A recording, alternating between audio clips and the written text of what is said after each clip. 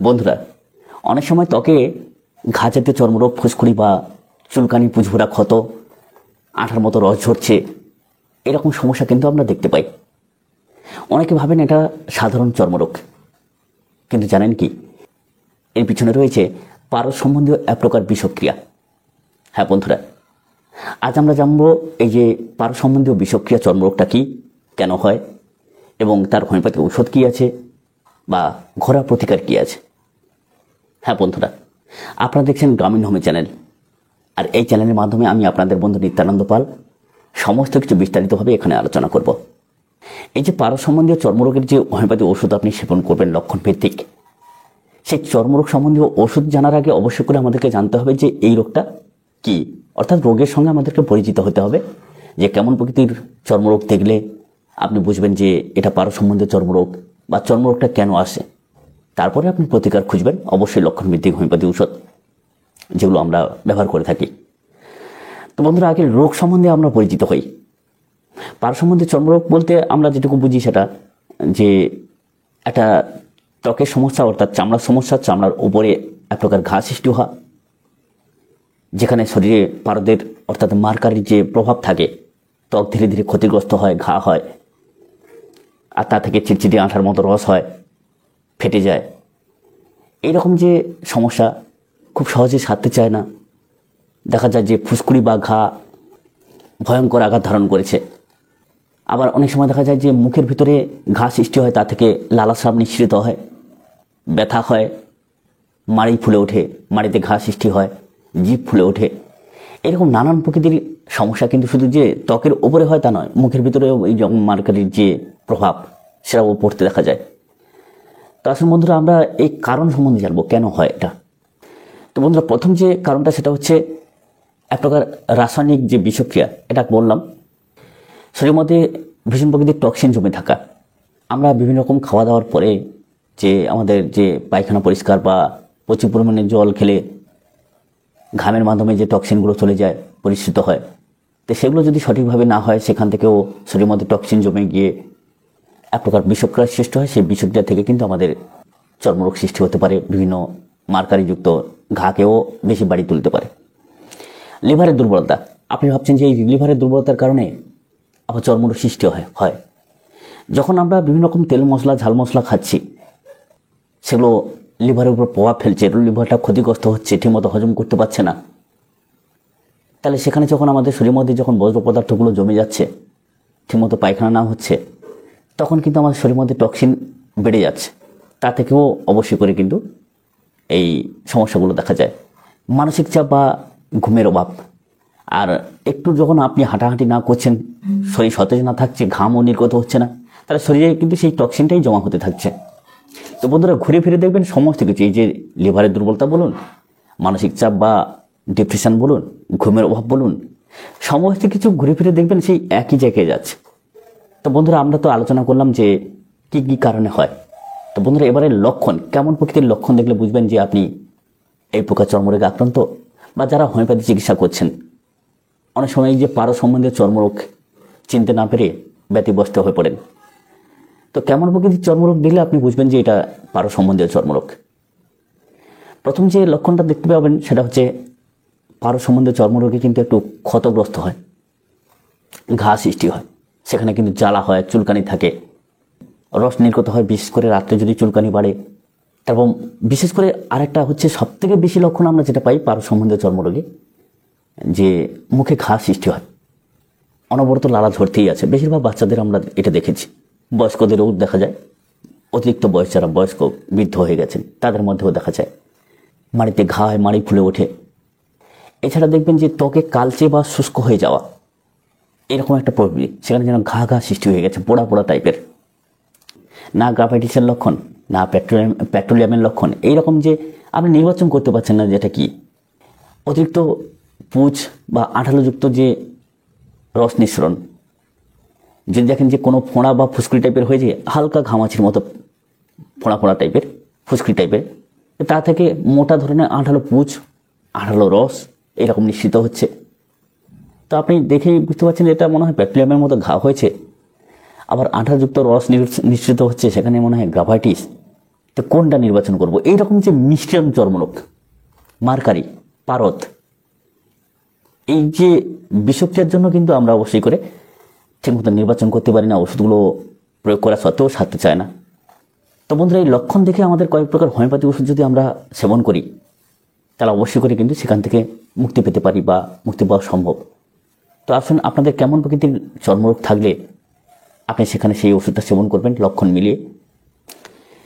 তা আপনারা সকলেই জানেন যে আমাদের হোমিওপ্যাথি হচ্ছে লাক্ষণিক চিকিৎসা, লক্ষণ যেই রকম থাকবে সেই রকম ব্যবহার করবেন। তো প্রথম যে ওষুধটা সম্বন্ধে আলোচনা করব সেটা হচ্ছে মার্সল। আপনারা বুঝতে পারছেন যে রোগের নামের সঙ্গে এর কতটা মিল। মার্কারি বা পারদ, আর এখানে মার্সল ব্যবহার করতে বলা হচ্ছে প্রথম অবস্থায়। তো কেমন প্রকৃতির লক্ষণ থাকলে ব্যবহার করবেন? যদি দেখেন যে রাতে চুলকানি বাড়ে, ঘাম হয়, দুর্গন্ধযুক্ত ঘাম, মানে আঠালো প্রকৃতির দুর্গন্ধযুক্ত ঘাম এবং মুখে ঘা। এই যে মার্সলের সব থেকে প্রধান লক্ষণ হচ্ছে মুখে ঘা। এই মুখে ঘা আর সেখান থেকে যদি লালা নিঃসৃত হয়, আর এই মুখে ঘার জন্য দেখবেন যে অল্প বিস্তর ব্যথা, সেখান থেকে লালা স্রাব, অবশ্যই করে কিন্তু মার্সল। তো বাচ্চাদের হলে 6 পটেন্সি ব্যবহার করবেন, দিনে 3 বার করে, আহারের 1 ঘন্টা আগে 1 থেকে 2 ফোঁটা করে। আর বয়স্কদের হলে সেখানে 30 পটেন্সি ব্যবহার করবেন। বন্ধুরা, দ্বিতীয় যে ওষুধটা সেটা হচ্ছে মার্কর। বন্ধুরা, এই মার্কর আর মার্সল একসঙ্গে গুলিয়ে ফেলবেন না, একটু ভিডিওটা দেখুন, বুঝতে পারবেন যে খুব সহজে আমি নির্বাচন করে দিচ্ছি। তো মার্কর কোথায় ব্যবহার করবেন? যে জ্বালাযুক্ত ঘা, রক্ত মিশ্রিত পুঁজ, এই যে সবসময় জানবেন যে আমরা মার্সল ব্যবহার করি কোথায়? সাদা আমাশয়ের ক্ষেত্রে। মার্কর ব্যবহার করি কোথায়? রক্তযুক্ত আমাশয়ের ক্ষেত্রে। তাহলে বুঝতে পারছেন যে মার্করের মধ্যে একটা রক্ত মিশ্রিত ভাব থাকবে, মার্সলে কিন্তু নয়। তাহলে মার্সলে কি বললাম? মুখে ঘা থাকবে, অল্প ব্যথা থাকবে, সেখান থেকে যে প্রচুর পরিমাণ লালা স্রাব হয় সেখানে ব্যবহার করতে বললাম। মার্করে কিন্তু রক্ত মিশ্রিত এবং জ্বালাযুক্ত, মানে সেই ক্ষতটা যে হয়েছে সেখানে কিন্তু একটু জ্বালা ভাব থাকবে এবং রক্ত মিশ্রিত ভাব থাকবে, সেখানে কিন্তু মার্সল। তাহলে তফাৎটা বুঝে নিলেন। আবার একটা ওষুধের কথা বলছি, সেটা হচ্ছে হিপা সালফার। কোথায় ব্যবহার করবেন? এই যে মার্সলে অল্প বিস্তর ব্যথা থাকে আর হিপা সালফারে প্রচুর পরিমাণে ব্যথা থাকে। মুখে ঘা সৃষ্টি হয়েছে, মুখ থেকে লালা স্রাব হচ্ছে, তাহলে অল্প ব্যথা থাকলে কি ব্যবহার করছেন? মার্সল। খুব ব্যথা থাকলে কি ব্যবহার করছেন? হিপা সালফার। এবার হিপা সালফারে ঘামে কিন্তু খুব দুর্গন্ধ থাকে, মার্সলে কিন্তু দুর্গন্ধ থাকে না। এই তফাৎগুলোকে লক্ষ্য করবেন। এবারে যে হোমিওপ্যাথি ওষুধটা সম্বন্ধে আলোচনা করব সেটা হচ্ছে সালফার। প্রচুর পরিমাণে চুলকানি, চুলকাতে চুলকাতে সেখান দিয়ে রক্ত বেরিয়ে যায়, আর চুলকানির সময় ভীষণ প্রকৃতির আরাম মনে হয়, আবার চুলকানির পরে মানে ভয়ানক জ্বালা মনে হয়। তাহলে চুলকানির সময় ভয়ানক আরাম, চুলকানির পরে কিন্তু ভীষণ প্রকৃতির জ্বালা। কিন্তু এর প্রধান লক্ষণ কি জানেন? যে সালফারের রোগী সবসময়ের জন্য অপরিষ্কার থাকতে ভালোবাসে, নখ কাটে না, দাড়ি চাচ্ছে না, স্নান করতে চায় না, মানে সর্বদাই যেন তার ঘরের যে জিনিসপত্র, তার পোশাক আশাক ছড়িয়ে ছিটিয়ে থাকে, গোছালো থাকে না, অগাছালো। তো এইরকম রোগীর যদি চরিত্র হয় যে দাড়ি কাটে না, নোংরা টাইপের, যেন স্নান করেনি কতদিন, তো আপনার কাছে, আপনি তো আর ঘর দেখতে যাবেন না, তাহলে তার যে চেহারা সেটা দেখে কিন্তু সালফার নির্বাচন করবেন। আর সালফারের রোগী সবসময়ের জন্য কি? ঠান্ডায় ভালোবাসে, ঠান্ডায় ভালো থাকে, ওই জন্য কী হয়? গা থেকে পোশাক খুলে দেয়, সবসময় দেখবেন জামার একটা বোতাম খোলা ছেঁড়া এরকম ধরনের। তো যদি এরকম লক্ষণ পান, অবশ্যই করে সালফার ব্যবহার করবেন।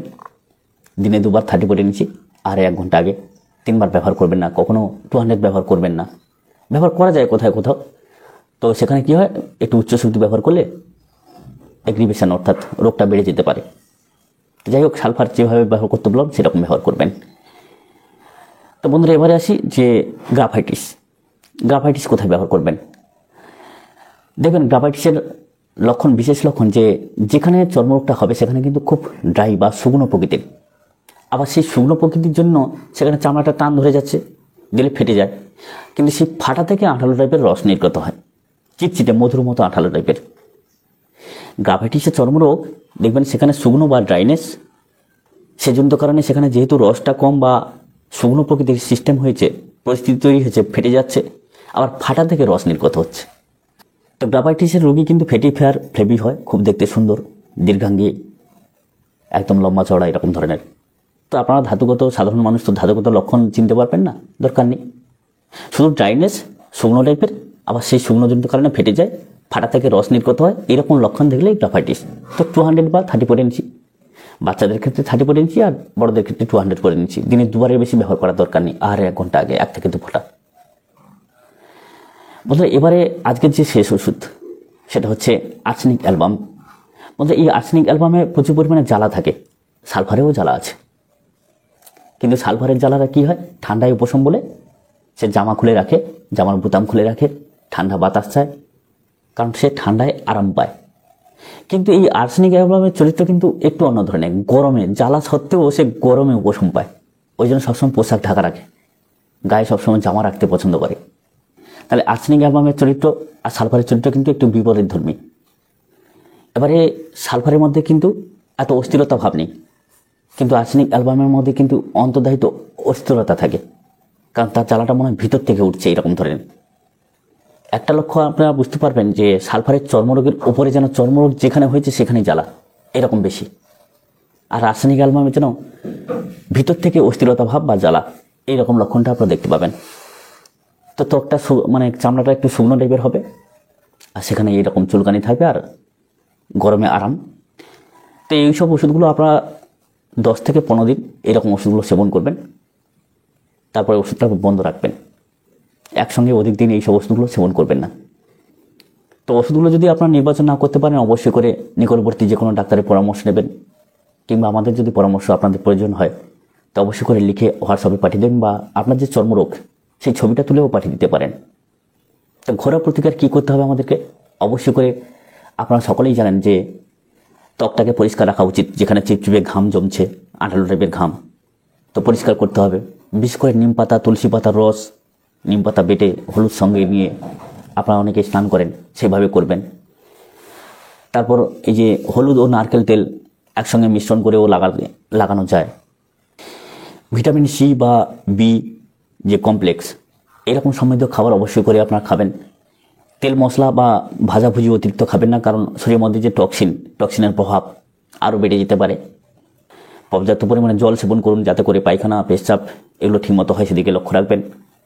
অবশ্যই করে দেবেন যে এই যে কঠিনতম যে একটা ঘা প্রকৃতির চর্মরোগ, এ থেকে কিন্তু অবশ্যই করে মুক্তি পাবেন।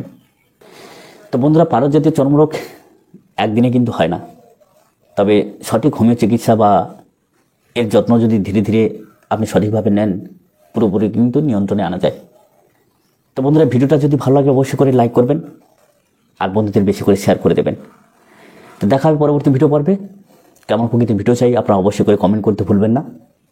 আপনারা সকলেই ভালো থাকবেন। নমস্কার।